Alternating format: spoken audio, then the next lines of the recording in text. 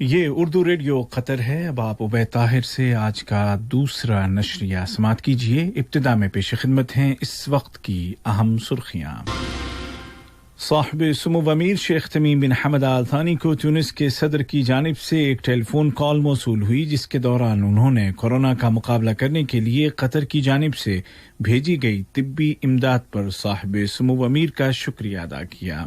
قطر میں آج 3 مئی 2020 کو کورونا کے مزید 130 مریض صحت یاب ہو گئے ہیں اور اس طرح ریکور ہونے والوں کی تعداد 1664 ہو گئی ہے، اور عالمی سطح پر کووڈ-19 کے مریضوں میں اضافہ ہو رہا ہے اور دنیا کو انتظار ہے کہ امریکہ کی جانب سے ریکمنڈ کی گئی دوا کے کیا نتائج نکلتے ہیں۔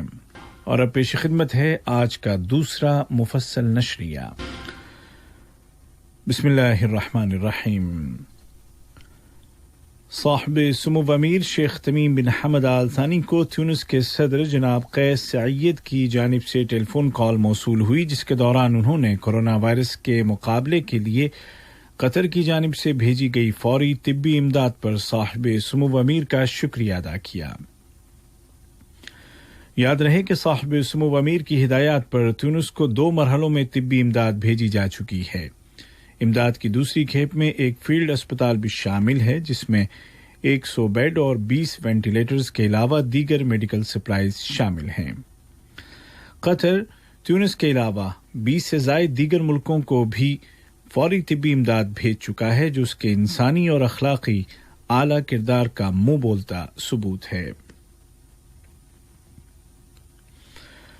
کووڈ-19 کے مقابلے کے لیے قطر اپنی انسانی ذمہ داری پوری کر رہا ہے اور ضرورت مندوں کی داد رسی کر رہا ہے۔ غزہ کی تعمیر نو کی قطری کمیٹی کے سربراہ سفیر محمد العمادی نے بتایا ہے کہ قطر ترقیاتی فنڈ کے تعاون سے غزہ کے 1 لاکھ نادار خاندانوں کو $100 فی خاندان کے اعتبار سے نقد امداد کی تقسیم جاری ہے۔ اس سے پہلے بھی اسی طرح کی نقد امداد دی جا چکی ہے اور گزشتہ دنوں ایک دیگر منصوبے کے تحت گھروں کی مرمت کے لیے بھی پہلی قسط واگزار کی جا چکی ہے۔ غزہ کے علاوہ لبنان، شام اور بنگلہ دیش میں موجود پناہ گزینوں کی مشکلات کو کم کرنے اور کورونا وائرس سے لڑنے کے لیے امداد دی جا رہی ہے، اور اس طرح قطر پوری دنیا میں بے سہارا لوگوں کا سہارا بن رہا ہے اور حتی الامکان ان کی مدد کر رہا ہے۔ وزارت صحت نے اعلان کیا ہے کہ آج 3 مئی 2020 کو قطر میں کورونا کے 679 کیس رجسٹر کیے گئے ہیں، جبکہ گزشتہ 24 گھنٹوں کے دوران 130 افراد ریکور ہو گئے ہیں، اور اس طرح کورونا سے صحت یاب ہونے والے مریضوں کی تعداد 1664 ہو گئی ہے۔ بیان میں کہا گیا ہے کہ اکثر کیس ورکرز کے ہیں جو ملک کے مختلف علاقوں میں تھے اور کووڈ-19 کے کنفرمڈ مریضوں کے ساتھ رہ چکے تھے۔ کچھ کیس ایسے بھی ہیں جن کے کسی فیملی ممبر کو یہ بیماری ہو چکی ہے اور وہ اس کے ساتھ رہتے تھے۔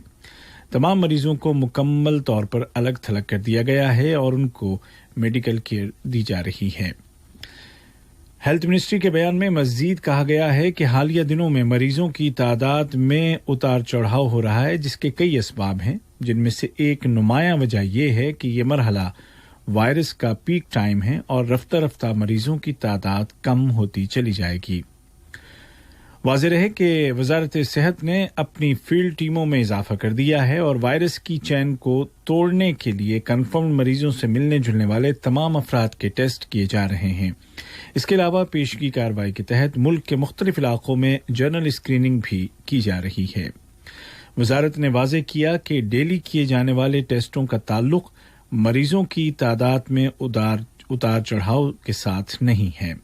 بیان میں زور دے کر کہا گیا ہے کہ عوام گھروں میں رہیں اور بغیر شدید ضرورت کے باہر نہ نکلیں، سوشل ڈسٹینسنگ کا خیال رکھیں اور پبلک مقامات اور کام کی جگہوں پر ایک دوسرے سے محفوظ فاصلے پر رہیں، ماسک کا استعمال کریں اور فیملی وزٹ سے گریز کریں تاکہ وائرس کے خطرے کو کم سے کم کیا جا سکے۔